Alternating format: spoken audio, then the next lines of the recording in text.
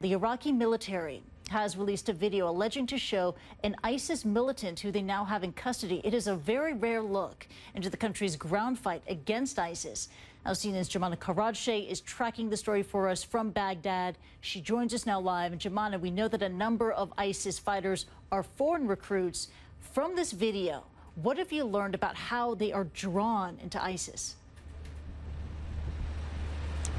Well, Christy, for more than a decade now, Iraq has been somewhat of a magnet for foreign fighters.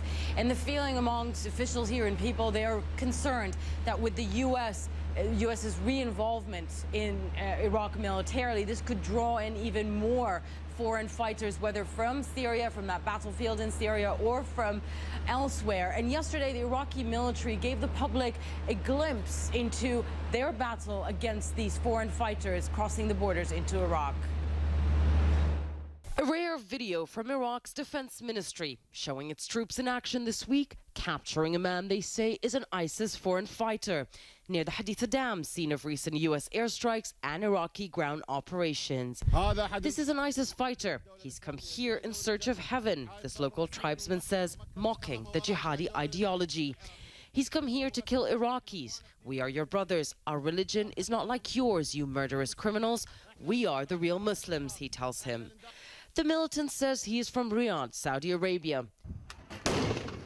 His capture, according to the Ministry of Defense, was part of an intelligence-led operation earlier this week, tracking a convoy of more than 150 ISIS fighters crossing into Iraq's Anbar province from Syria. Vehicles destroyed, bodies strewn in this western desert. The Saudi fighter and another from Tajikistan in Iraqi custody. On Thursday, Iraq State TV broadcast their confessions obtained by the Iraqi military. CNN cannot verify the conditions under which these confessions were obtained. The Saudi identified as Hamad al-Tamimi, known by his nom de guerre, Abu Walid, explaining how he ended up in Iraq. Al-Tamimi is just 18, a first-year religious studies college student. Like many of ISIS's recruits, he says he was influenced and recruited by jihadists online. In July, he traveled from Saudi to Kuwait and from there on to Turkey, a main route for jihadists into Syria. Al-Tamimi describes his journey. Handlers who met him in Syria took away his passport and phone. He spent a week, he estimates, with 270 fresh fighters. There are many nationalities. From Norway, from America, Canada, Somalia, Korea, China, Turkmenistan, Tajikistan, Uzbekistan, Egypt, Libya, Tunisia, Lebanon, and other European countries such as Germany and France. None use their real names, like him, all young, he says. From Germany, I knew Abu Hamza, and from Britain, one named Abu Dawood, and from America, one named Abu Ibrahim. After 22 days at a religious indoctrination camp, al-Tamimi says he had to swear allegiance to ISIS's leader, Abu Bakr al-Baghdadi.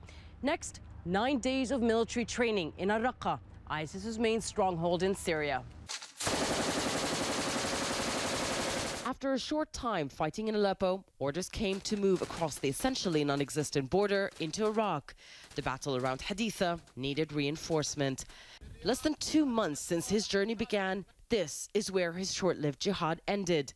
Al-Tamimi now says he just wants to go back home. But fighters like him coming back home is something many nations now fear the most.